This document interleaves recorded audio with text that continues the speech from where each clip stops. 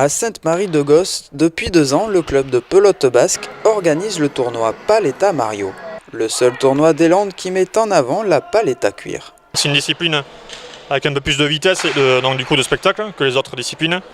Donc là, comme on peut le voir, il faut se protéger parce que la pelote est beaucoup plus dure. La pala est un peu plus étroite et plus large, donc il y a plus de vitesse, les pelotes claquent. Et donc les joueurs portent un casque et des lunettes obligatoires. Mais sinon les règles ça reste les mêmes.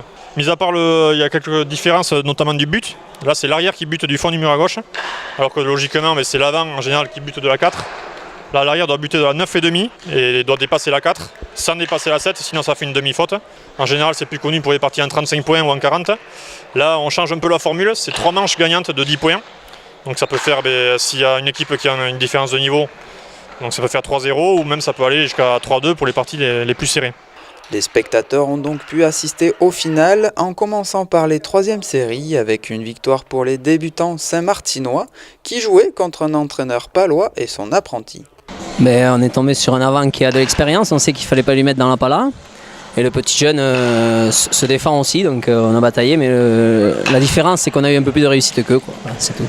Bon, ça fait partie de la pelote, mais beaucoup de chance. Mais on s'est beaucoup amélioré parce qu'on ne savait pas jouer du tout. Et du coup, on s'est un peu plus amusé sur l'affaire et c'était très intéressant. C'est très différent, c'est vraiment un autre sport, quoi. C'est vraiment très difficile.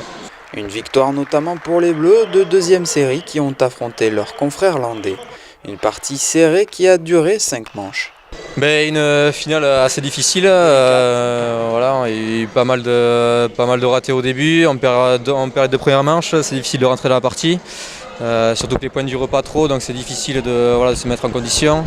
Après on arrive au 3e set, on arrive à gagner le 3e set et le 4e set, donc voilà, on arrive à reprendre un peu confiance. Et voilà, dernier set, accroché, on arrive à 9 partout, et puis le dernier point. Le but magnifique d'Henri. Donc voilà. En revanche, en première série, les pelotaris de Sainte-Marie-de-Gosse n'ont pas réussi à s'imposer face à 2 frères béarnais. Une partie qui n'a pas reflété la valeur des 4 joueurs, je pense. Avec l'organisation qu'ils ont dû gérer tout l'après-midi, ils n'ont pas su se mettre bien dans la partie, dans les échanges. Et malheureusement, ils ont fait pas mal de fautes. Donc. Il manquait un peu de régularité qu'on a habituellement, mais bon voilà, ça arrive, il y a des parties où on n'est pas dedans, des fois, il n'y a pas à chercher. On en refera une demain, on peut la gagner peut-être, c'est comme ça. Là on n'y était pas, mais après c'est une belle équipe de frangins, ils sont solides, mais on savait ça, il aurait fallu s'accrocher un peu plus pour la revanche au championnat. Voilà. Si pour certains c'était une découverte et pour d'autres un moyen de se perfectionner, ce tournoi était aussi l'occasion de se rassembler entre passionnés.